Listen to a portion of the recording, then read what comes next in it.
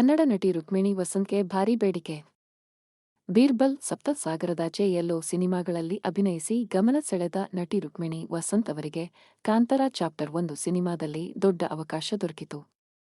Kantara release ಆದ ನಂತರ ರುಕ್ಮಿಣಿ ಅವರ ಅಭಿನಯ ಹಾಗೂ ಸ್ಕ್ರೀನ್ ಪ್ರೆಸೆನ್ಸ್ ಎಲ್ಲರಿಗೂ ಬಹಳ ಇಷ್ಟವಾಯಿತು. ಕಾಂತಾರ ರಿಲೀಸ್ ಆದ ತಕ್ಷಣವೇ ಅವರಿಗೆ ದೊಡ್ಡ ದೊಡ್ಡ ಸಿನಿಮಾಗಳ ಆಫರ್ಗಳು ಬರಲು ಶುರುವಾದವು. ಅದರಲ್ಲಿ ಯಶ್ ಅಭಿನಯದ ಟಾಕ್ಸಿಕ್ ಕೂಡ ಒಂದು. ಸದ್ಯಕ್ಕೆ ರುಕ್ಮಿಣಿ ವಸಂತ್ ಅವರು ಯಶ್ ಅವರ ಟಾಕ್ಸಿಕ್ ಸಿನಿಮಾದಲ್ಲಿ ನಟಿಸುತ್ತಿದ್ದಾರೆ. ಇದಷ್ಟೇ ಅಲ್ಲ, ತೆಲುಗು ಫಿಲ್ಮ್ ಇಂಡಸ್ಟ್ರಿಯಿಂದಲೂ ಅವರಿಗೆ ಆಫರ್ ಬಂದಿದೆ ಎನ್ನುವ ಸುದ್ದಿ ಹರಿದಾಡುತ್ತಿದೆ.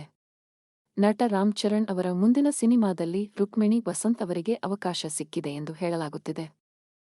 ಈ ಸಿನಿಮಾವನ್ನು ನಿರ್ದೇಶಕ ಸುಕುಮಾರ್ ಅವರು ನಿರ್ದೇಶಿಸುತ್ತಿದ್ದಾರೆ ಎನ್ನುವ ಗಾಸಿಪ್ ಕೂಡ ಹೊರಬಂದಿದೆ. ಇದರೆಲ್ಲದರ ಬಗ್ಗೆ ನಿಮ್ಮ ಅಭಿಪ್ರಾಯವನ್ನು ಕಾಮೆಂಟ್ ಮಾಡಿ ತಿಳಿಸಿ. ಇನ್ನೂ ಹೆಚ್ಚಿನ ಮಾಹಿತಿಗಾಗಿ ನಮ್ಮ ಚಾನೆಲ್‌ನ್ನು ಸಬ್ಸ್ಕ್ರೈಬ್ ಮಾಡಿ.